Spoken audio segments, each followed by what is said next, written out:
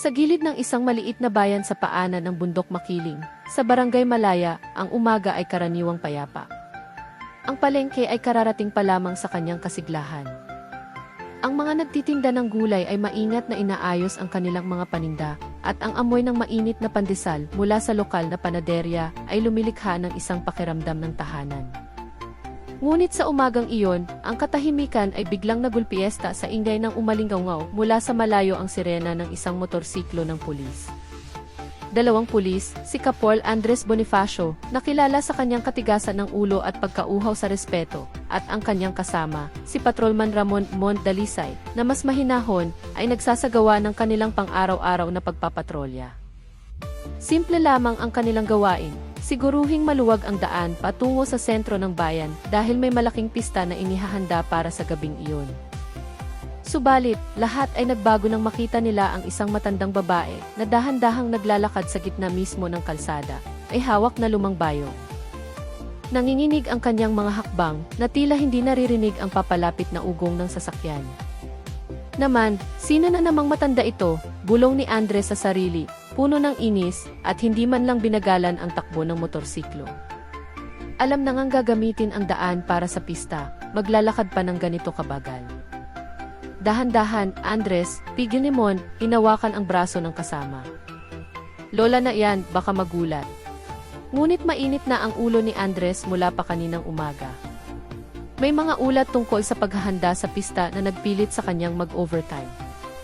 Masakit ang kanyang ulo at ang kanyang pasensya ay parang mitsang madaling masindihan. Nang may 5 metro na lamang ang layo nila, bumusina siya ng mahaba at marahas na ipinreno ang motorsiklo.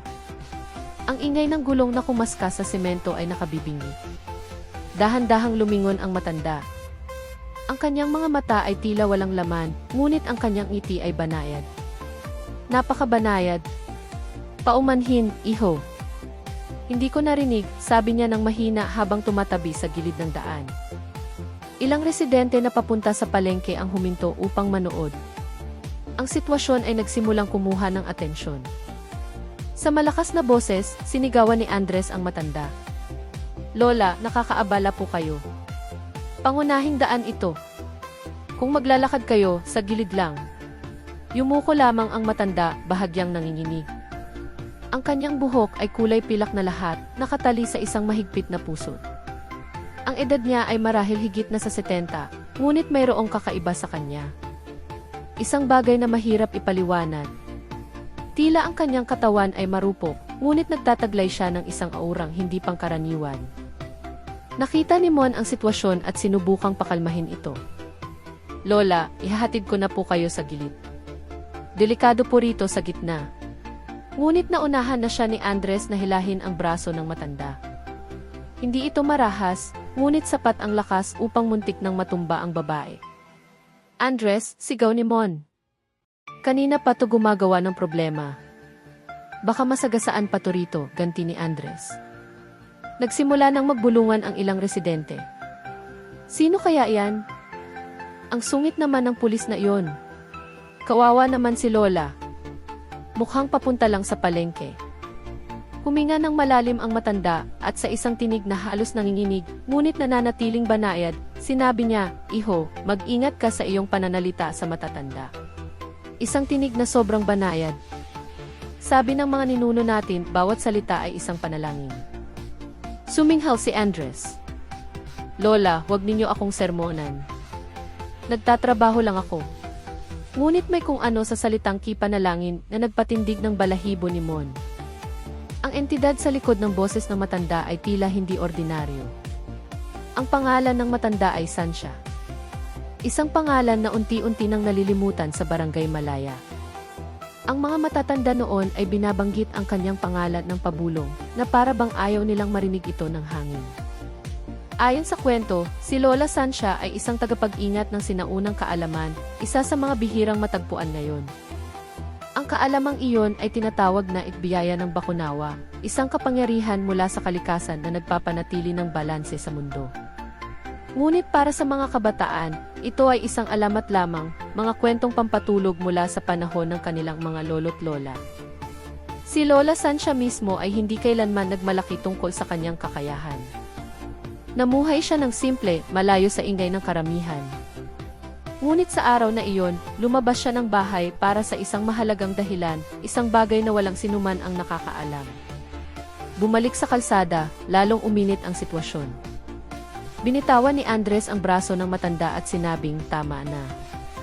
Huwag na kayong gumawa ng gulo. Kung hindi ninyo kayang maglakad ng mabilis, huwag na kayong lumabas ng bahay." Ipinikit ni Lola Sancha ang kanyang mga mata na tila may pinipigilan. Hindi galit kundi sakit. Ang mga residenteng nanonood ay nagsimulang hindi mapakali.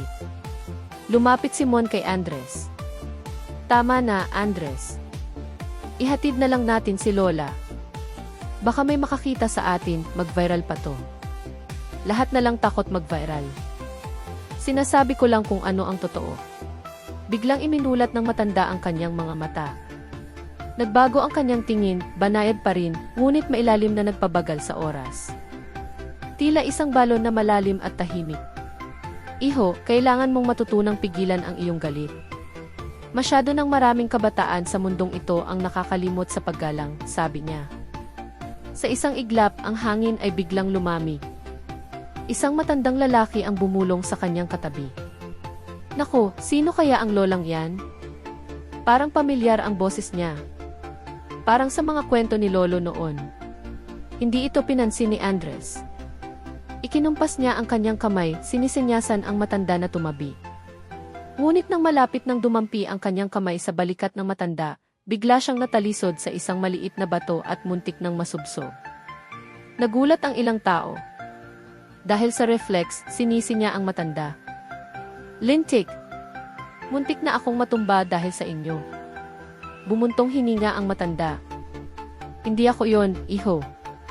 Minsan, ang kalikasan mismo ang kumikilos kapag may nakikita itong hindi tama. Ang mga salitang iyon ay nagpanginig sa ilan. Hinawakan ni Mon ang braso ni Andres, sinusubukang pigilan ito. "Tama na, Andres. Huwag mo nang ituloy." Ngunit ang emosyon ni Andres ay nasindihan na. Ayaw niyang pinagsasabihan, lalo na ng isang matanda na sa tingin niya ay nakakaabala lamang sa daan. Sa isang matinis na boses na umalingaw-ngaw, sinabi niya, "Lola, huwag kang maraming sinasabi. Huwag mong isali ang kalikasan dito. Kapag gumawa ka pa ng gulo, dadalhin kita sa presinto." Agad na nagkagulo ang mga tao. "Aba, sobra naman ang pulis na iyan. Kawawa naman si Lola. Anong klase yan?" Pagbabantaan pa si Lola na dadalhin sa presinto. Gusto na talagang awatin ni Mon ang lahat, ngunit ayaw magpaawat ni Andres. Sa huli, diretsyong tumingin ang matanda sa mga mata ni Andres. Matalim, ngunit hindi dahil sa galit. Tila isang ina na nagpapaalala sa kanyang suwail na anak. "Iho, huwag kang basta-basta magsalita.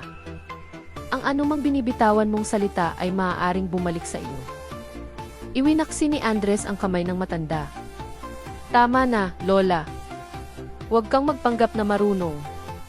Sa sandaling iyon, biglang dumilim ang kalangitan. Hindi pa naman oras para maging makulimlim. Huminto ang hangin. Ang mga dahon ay hindi gumagalaw. Natahimik ang mga residente. Napalunok si Mon. Mayroong nagbago. Ang matanda ay nakatayo ng napakakalmado. Sobrang kalmado para sa isang taong kagagalit lang. At sinabi niya sa isang boses na hindi malakas, ngunit narinig sa buong kalsada, "Ayaw kitang saktan, iho. Ngunit kung ipipilit mo, ang biyaya ng bakunawa ay kikilos ng kusa." Tumawa si Andres. "Biyaya ng bakunawa? Mga ganyang kababalaghan, wala na sa uso yan." Ngunit sa mismong sandaling iyon, pagkatapos niyang tumawa, ang kanyang mga hakbang ay nanghina. Ang kanyang ulo ay bumigat. Umikot ang mundo sa isang saglit. Ilang residente ang napangiwi. Bakit namumutla yung pulis? Nako, baka tinamaan agad ng karma. Hinawakan ni Mon ang balikat ng kasama. "Andres, anong nangyayari sa'yo?" Umiling si Andres. "Wala, nahihilo lang ako." Pinagmasdan lamang siya ng matanda nang hindi gumagalaw. "Simula pa lang yan, iho," bulong nito ng mahina. Hindi alam ng mga tao na ang biyaya ng bakunawa ay hindi umaatake, kundi nagtutuwid. Hindi na malaya ni Andres na ang kanyang mga kilos ay gumising sa isang bagay na matagal nang natutulog. Simon, na mas sensitibo sa mga ganitong bagay dahil lumaki sa isang pamilyang naniniwala sa mga alamat, ay nakaramdam ng pagtayo ng kanyang mga balahibo. Andres, siguro kailangan nating humingi ng tawad kay Lola. Tawad? Para saan? Siya ang gumawa ng gulo. Biglang may isang boses mula sa isang ginang sa gilid ng kalsada na pumutol. Mama, kilala ko po ang lolang yan. Hindi po siya ordinaryong tao. Huwag po kayong basta-basta. Pinaningkitan ni Andres ang kanyang mga mata. Kilala? Paano? Napalunok ang ginang. Siya po yung tumulong sa pag-aalay sa baryo noong nagkaroon ng salot. Tumango ang ibang residente. May ilan na nagsimulang makaunawa na ang matanda ay hindi isang ordinaryong lola. Lalong tumahimik ang paligid ng dahan-dahang itinaas ng matanda ang kanyang bayo. Mula sa loob, kumuha siya ng isang bagay, isang maliit na gintong buko, na kulay dilaw at makinis na parang pinakintab. Umatras si Mon ng kalahating hakbang. Ang gintong buko ay isang simbolo ng mga diwata, sagrado at puno ng hiwaga. Karaniwan itong dala lamang ng mga taong maihawak ng sinaunang kaalaman.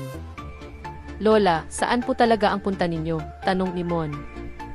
Umiti ng bahagya ang matanda. Papunta ako sa dambana sa likod ng burol. May kailangan akong tapusin bago sumapit ang gabi. Muling sumingit si Andres. Dambana, gintong buko, biyaya ng Bakunawa. Ano nang gagawin ninyo? Tatawag ng demonyo. At iyon ang pangungusap na nagpatahimik sa lahat at nagpatitig kay Andres ng may pandidiri. Halos itulak na ni Mon ang kanyang kasama. Andres, huwag kang basta-basta magsalita tungkol sa dambana o sa kaalaman ng mga ninuno. Respeto yan, kultura yan. Ngunit bago pa makasagot si Andres, yumuko ng bahagya ang matanda na tila nagdarasal. At nang iangat niya ang kanyang mukha, ang kanyang tingin ay hindi na tulad ng dati. Mas malalim, mas matanda, tila hindi mula sa kasalukuyang mundo. At sinabi niya, Iho, lumampas ka na sa hangganan. Ayaw kong kumilos ang biyaya, ngunit ikaw mismo ang tumawag dito. Agad na umihip ang malakas na hangin. Ang tunog ng mga kawayan ay umingit.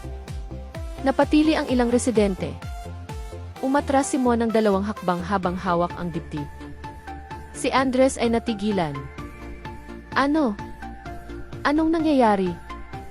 At ang gintong buko ay bahagyang nanginig sa kamay ng matanda at isang mahinang tunog na parang bulong ng dasal ang narinig sa gitna ng ihip ng hangin. Ang Bakunawa ay hindi nananakit. Nagbabalik lamang ito. Naramdaman ni Andres na nanghina ang kanyang mga tuhod. Tinakpan ng mga residente ang kanilang mga bibig. Nanlaki ang mga mata ni Mon. At ang kwento ay magsisimula pa lamang. Umikot ng malakas ang hangin sa maliit na kalsada ng Barangay Malaya. Tila ang buong kalikasan ay sumusunod sa paghinga ni Lola Sansha. Ang mga residenteng nanonood ay dahan-dahang umatras. Ang ilan ay napahawak sa kanilang dibdib, ang iba ay nagbubulungan na may maputlang mukha. Kahit walang sinumang humawak sa kanya, si Kapol Andres ay biglang napaluhod. Ang kanyang paghinga ay humahabol at ang kanyang katawan ay nanginginig. Ang mga mata niyang dating matapang ay puno na ngayon ng pagkalito, na tila nawala ng kontrol sa sariling katawan. Lola, anong ginawa ninyo? Nanginginig niyang tanong. Hindi lumapit si Lola Sansha. Sa halip, nanatili siyang nakatayo ng mahinahon, tulad ng isang matandang puno ng balete na hindi natitinag ng bagyo. Binata, mahina niyang sabi. Ang biyaya ay hindi isang sandata. Ngunit kapag may isang taong humahamon sa kaugalian at minamaliit ang isang matandang kaluluwa ng walang dahilan, ang kalikasan mismo ang magtutuwid. Yumuko si Mon sa tabi ni Andres, puno ng pag-aalala. Andres, bumangon ka. Anong nangyayari sa'yo? Umiling ng malakas si Andres. Ang bigat. Para akong may kamay na dumadagan sa dibdib ko. Tumingin si Mon sa matanda, puno ng pagtatanong. Lola, pakiusap, itigil niyo na po ito. May katigasan lang po talaga ng ulo, pero hindi po siya masamang tao. Nakalimutan lang niya ang pinakapangunahing aral, putol ng matanda. Ang paggalang. Ang salitang iyon ay nagpaunawa sa mga residente. Paggalang sa nakatatanda. Ito ang ugat ng kultura sa Pilipinas. Sinumang lumaki sa probinsya ay alam na ang mga matatanda ay iginagalang hindi dahil sa kanilang lakas, kundi dahil dala nila ang alaala ng mga dekada bago pa tayo isilang. Dahan-dahang humina ang hangin. Ngunit hindi ibig sabihin ay tumigil na ang biyaya. Sinubukan ni Andres na tumayo, ngunit nanghihina ang kanyang katawan. Hinawakan niya ang kanyang tiyan na tila may umiikot sa loob. Mon, sabi niya, ang boses ay puno ng sakit. Anong nangyayari sa katawan ko? Hindi ko alam, Andres. Pero kailangan mong kumalma. Ngunit imposible ang kapayapaan sa sandaling iyon. Nang ipikit ni Andres ang kanyang mga mata upang labanan ang pagkahilo, isang anino ang biglang lumitaw sa kanyang isipan.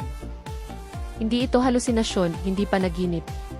Tila isang piraso ng lumang pelikula na muling ipinapalabas. Nakita niya ang isang matandang lalaki na nakasuot ng simpleng barong. Ang mukha nito ay banayad, ang mga mata ay payapa. Sino-sino siya? Bakit ko ito nakikita? Bulong ni Andres. Biglang narinig ang boses ng matandang lalaki kahit hindi gumagalaw ang mga labi nito. Anak, huwag mong ulitin ang pagkakamali ng iyong ama. Nagulat si Andres. Kumabog ang kanyang dibdib. Ama ko. Anong ibig sabihin nito? Nakita ni Mon na nagsasalita mag-isa ang kanyang kasama. Andres, mag-focus ka. Sino nakausap mo? Ngunit hindi makasagot si Andres. Muling lumitaw ang anino. Isang lumang bahay kubo, palayan, amoy ng insenso, tunog ng kudyapi. At ang matandang lalaki ay nakatitig sa kanya na parang isang ama na nakatingin sa sariling anak. Nakita ng mga residente si Andres na hawak ang sariling ulo, pinagpapawisan ng malapot. Nako, ano nang nangyayari sa pulis? Parang sinasapian. Dahan-dahang lumapit si Lola Sancha. Ang kanyang mga hakbang ay maliliit ngunit tiyak. Tinitigan niya si Andres ng malapitan. Ang kanyang tingin ay hindi tingin ng galit, kundi ng isang taong naunawaan ang nangyayari bago pa man maintindihan ng iba. Binata, bulong niya. Dala mo ang dugo ng isang lahi na minsang hinawakan ang biyaya ng Bakunawa. Nanigas si Andres. Dugo ng isang lahi. Napalunok si Mon. Lola, ano po ang ibig ninyong sabihin? Huminga ng malalim si Lola Sancha. Ang kanyang ama. Ang ama ng binatang ito ay dating tagapangalaga ng dambana. Nakilala niya ang aking guro. Natuto siya noon ng kaunting kaalaman tungkol sa pagprotekta. Tinitigan siya ni Andres ng may nanlalaking mga mata. Ang ama ko, wala siyang ikinuwento sa akin. Umiling ang matanda. Dahil tinalikuran niya ang kaalamang iyon matapos siyang mag-asawa. Pinili niya ang bagong buhay at iniwan ang bayang ito.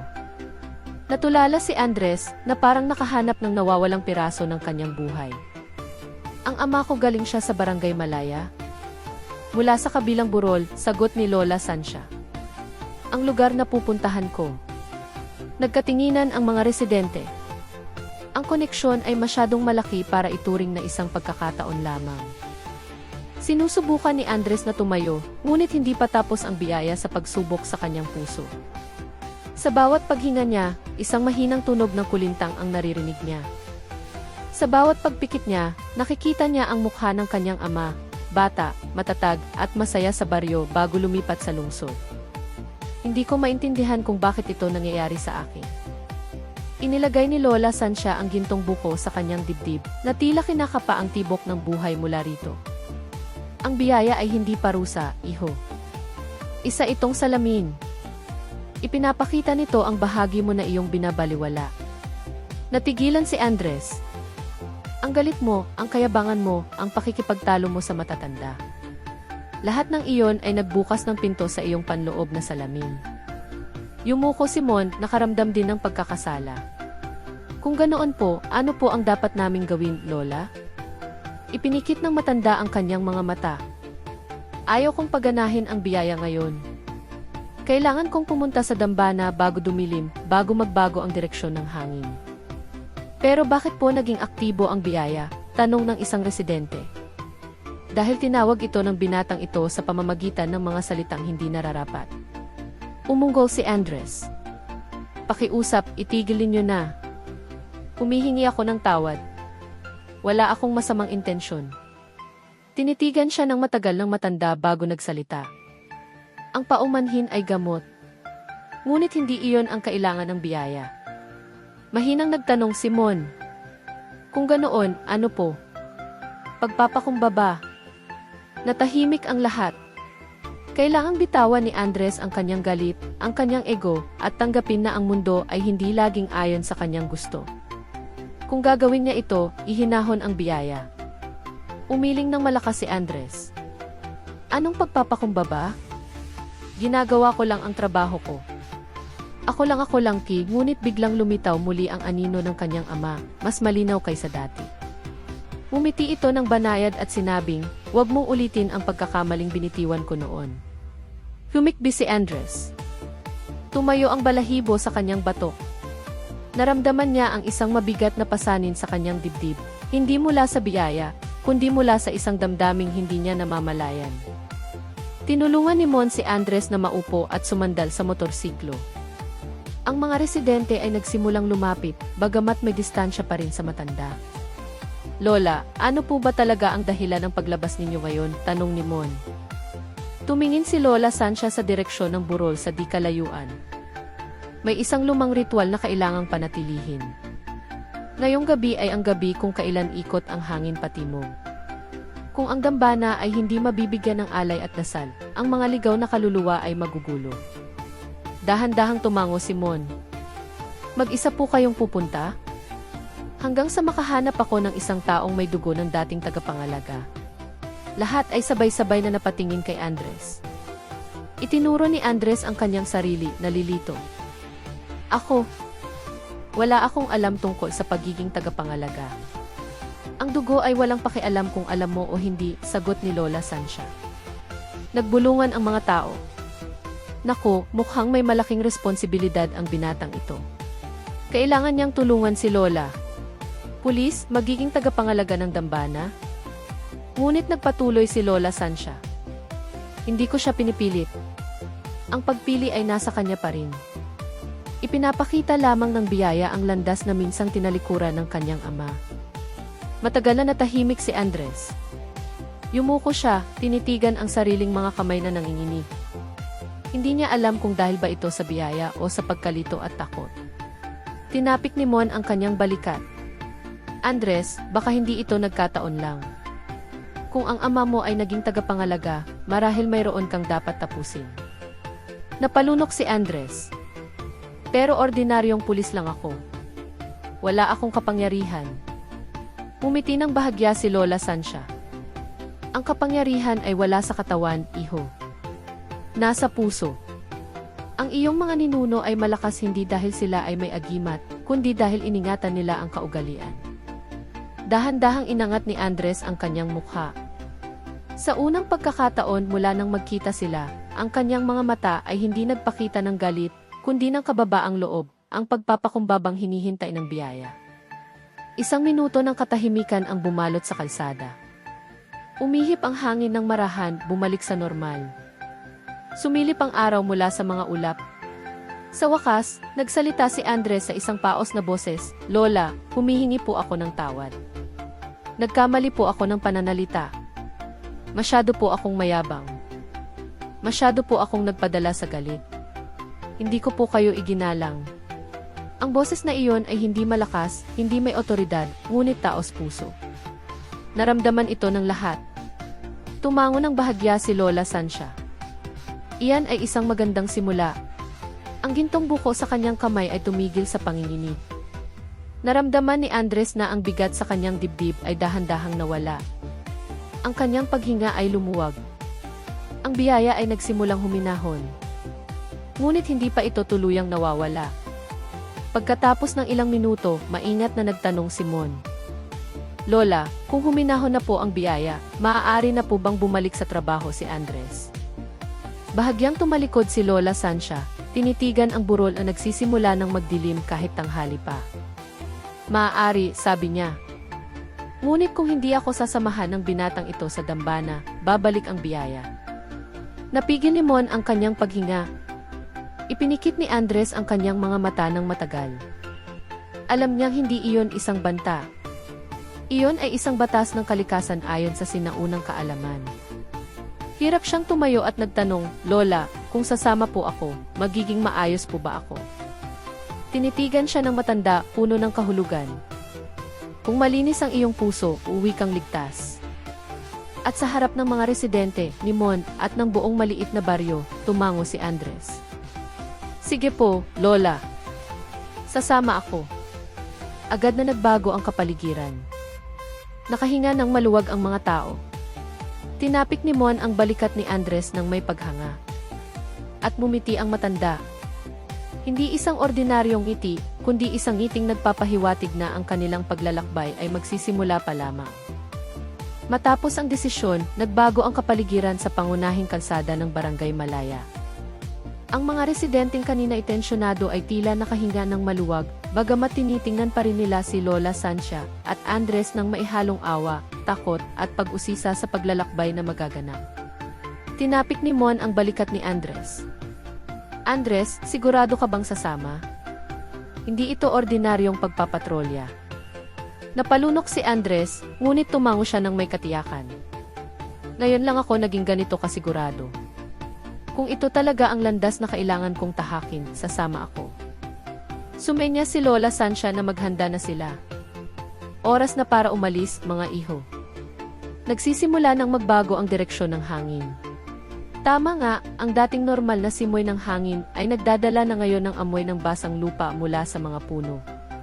Tanda na ang tanghali ay malapit ng palitan ng anino ng hapon. Dahan-dahang pinaandar ni Andres ang kanyang motorsiklo.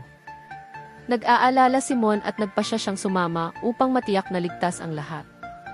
"Lola, sa likod ko na po kayo umangkas," alok ni Andres. Ngunit mumiti lamang ang matanda. "Hindi na kailangan. Maglalakad ako." Nagkatinginan sina Andres at Mon, nalilito. "Lola, malayo po ang burol. Kakayanin ninyo." Sumagot ang matanda habang nagsisimulang humakbang. Ang mga paang ito ay hindi para sa bilis, kundi para sa katumpakan. Ang pangungusap na iyon ay nagpatahimik sa lahat ng nakarinig. Sa mabagal ngunit tiyak na mga hakbang, naglakad si Lola Sancha patungo sa burol. Sumunod sina Andres at Mon mula sa gilid, ang motorsiklo ay mabagal na umaandar. Ang mga residenteng nakasaksi sa kanilang pag-alis ay kusang tumabi upang magbigay daan, ang ilan ay yumuko. Alam nila, kahit walang opisyal na anunsyo, na ang ginagawa ni Lola Sancha ay hindi isang maliit na bagay. Ang daan patungo sa burol na tinatawag na Bukid Anlaya ay napapalibutan ng matataas na puno ng nara. Ang hangin ay lalong lumamig.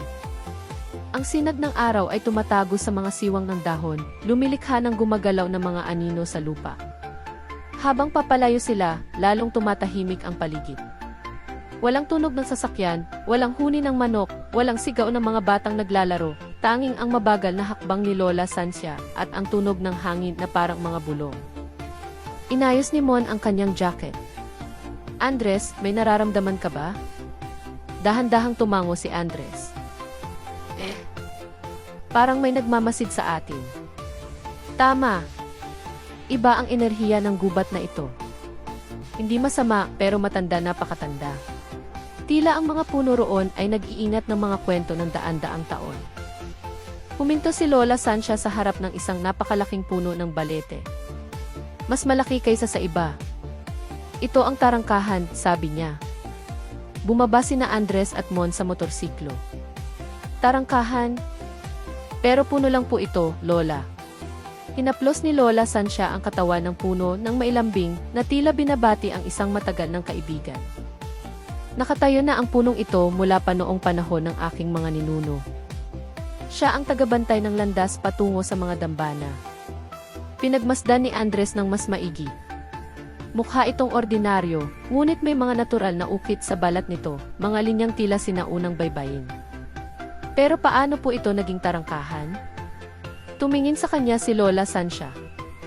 "Sa paraang hindi mo makikita ng iyong mga mata, ngunit mararamdaman mo." Ipinikit ni Andres ang kanyang mga mata, sinubukang damhin. Isang segundo lamang ang lumipas bago siya kinilabutan mula ulo hanggang paa. Nararamdaman ko parang may malaking espasyo sa likod nito. Tumango ang matanda. Iyon ang tarangkahan. Naglakad sila sa gilid ng puno at nang hindi namamalayan, biglang nagbago ang kapaligiran. Ang lupa ay naging mas madilim, ang hangin ay mas mamasa-masa, ang damo ay mas mataas. Sa di kalayuan, nakatayo ang malalaking bato na parang mga puntod, nakahanay na tila mga bantay. Napalunok si Andres. Ito ay hindi basta-bastang libingan, sabi ni Lola Sancia. Ito ang pahingahan ng mga tagapangalaga, kasama na ang iyong mga ninuno. Biglang huminto si Andres. Mga ninuno ko. Ibig ninyong sabihin, ang ama ko, ang pamilya ko ay dito nakalibing. Tumango si Lola Sancia. Hindi ka dinala rito dahil pinutol ng iyong ama ang ugnayang iyon bago ka pa isilang.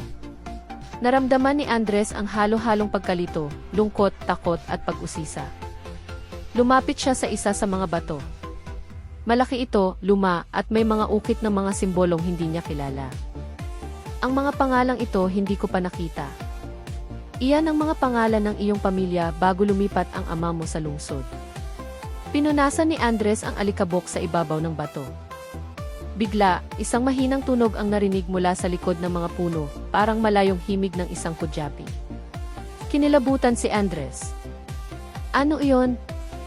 Sumagot si Lola Sancia nang hindi lumilingon. Alam na ng mga ninuno ang iyong pagdating. Yumuko si Mon nang may paggalang. Paumanhin po, Lola. Pero bakit po tayo narito? Ano po ang kailangang gawin? Huminto ang matanda sa isang batong altar na napapalibutan ng mga puting bulaklak ng kampupot. Dito ko kailangang ilagay ang alay, sagot ni Lola Sancia. Ngunit ang ritual na ito ay hindi maaaring gawin ng mag-isa. Kailangan ko ng isang taong may dugo ng dating tagapangalaga. Lahat ay tumingin kay Andres. Hinawakan ni Andres ang kanyang dibdib. May kailangan akong gawin? Sagot niya. Kailangan mong buhayin muli ang dasal na minsang nawala. Kung wala iyon, hindi tatahimik ang biyaya at magugulo ang baryo ngayong gabi. Matagal na tinitigan ni Andres ang altar. Ang mukha ng kanyang ama mula sa mga aninong nakita niya kanina ay muling lumitaw sa kanyang isipan. Isang mukha na nakatingin sa kanya ng may payapang ngiti. Ano po ang dapat kong gawin, Lola? Ilagay mo ang iyong mga kamay sa ibabaw ng batong altar na ito at sundin ang mga salitang ibubulong ko. Dahan-dahang tumango si Andres. Wala nang pag-aalinlangan sa kanyang sarili, tanging determinasyon na gawin ang dapat sanang ginawa ng kanyang ama noon. Huminto ang hangin. Ang gubat ay naging ganap na tahimik. Ipinatong ni Andres ang kanyang dalawang kamay sa malamig na batong altar. Tumayo si Mon sa likuran niya, handa kung may mangyari. Sinimulan ni Lola Sancia na bumigkas ng isang orasyon ng mahina. Isang malalim na wikang Tagalog na halos hindi na maintindihan.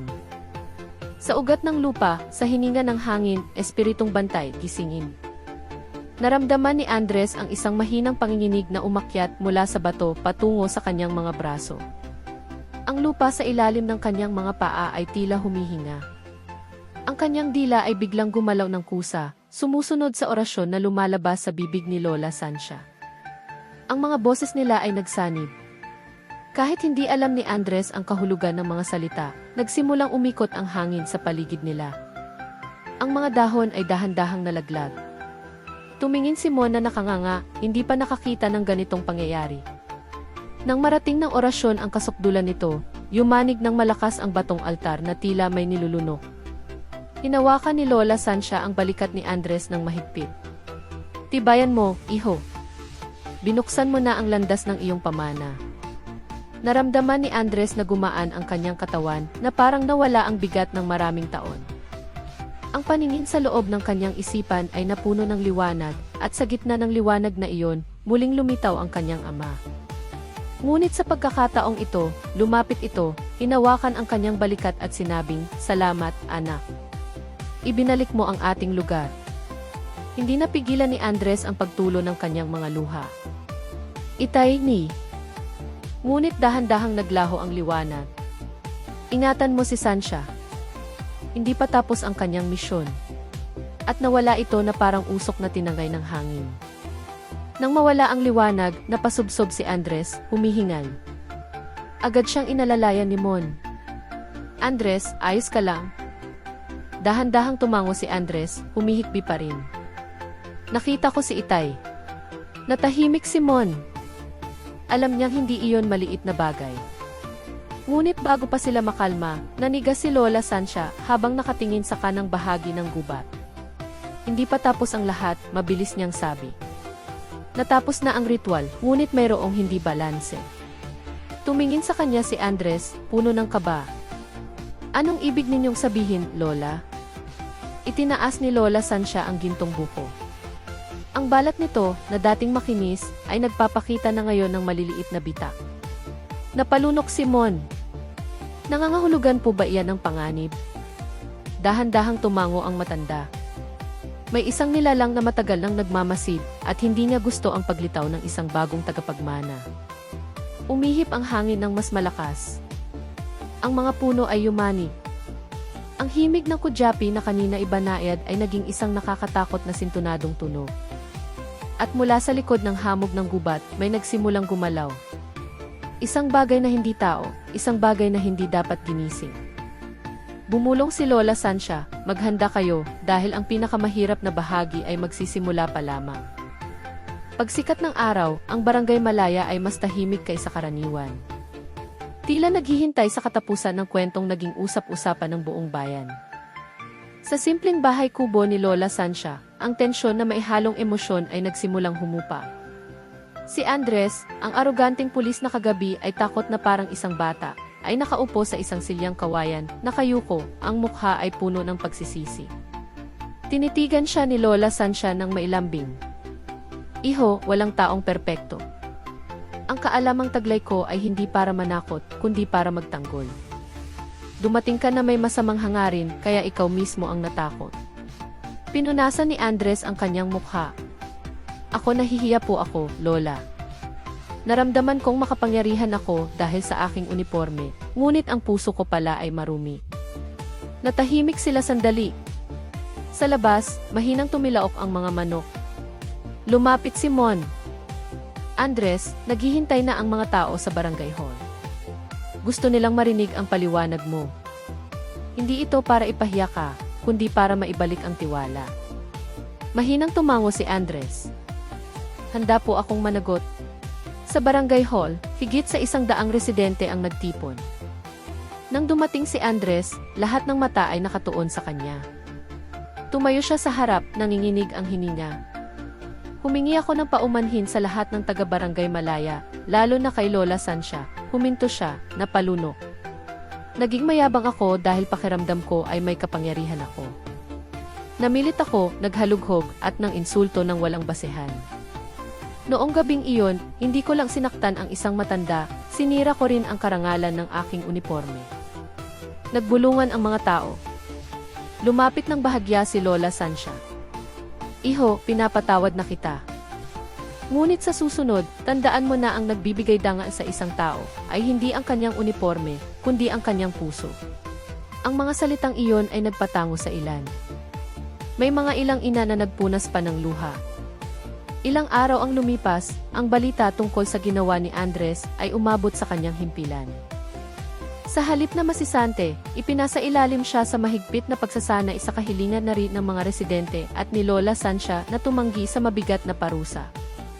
Ngunit pagkatapos ng insidente, isang malaking pagbabago ang nangyari. Bumalik si Andres sa baryo bilang community police officer. Ang kanyang pag-ugali ay mas palakaibigan na. Tumulong siya sa pag-aayos ng kalsada, pag-organisa ng ronda, at pagtuturo sa mga bata tungkol sa kaligtasan. Ang mga residenteng dati takot ay bumabati na ngayon ng may ngiti. Isang hapon, nagkomento si Mon. Ang kapangyarihan pala ni Lola Sancha ay hindi lang ang biyaya, kundi ang isang hindi nakikitang kapangyarihan, pasensya at katatagan. Mahinang tumawa si Lola Sancha. Ordinaryong matanda lang ako, Mon. Ang mahalaga ay natututo ang tao sa kanyang pagkakamali. Ilang linggo ang lumipas, bumalik sa kapayapaan ang baryo. Ang nangyari noong gabing iyon ay naging kwento sa mga kapihan. Hindi bilang isang kwento ng kababalaghan, kundi bilang isang paalala na ang kayabangan ay matutumba lamang ng karunungan. Ang tunay na lakas ay wala sa katawan, kundi sa isang malinis na puso. Nang magpaalam si Andres upang bumalik sa kanyang tungkulin sa lungsod, yumuko siya ng may paggalang kay Lola Sancia. Salamat po. Hindi ninyo sinuklian ng masama ang kasamaan ko. Tinapik siya ni Lola Sancia sa balikat. Humayo ka, iho. Maging pulis ka na nagpoprotekta, hindi na nanakot. Umihip ang hangin ng umaga, tinatangay ang lahat ng tensyon ng nakaraan.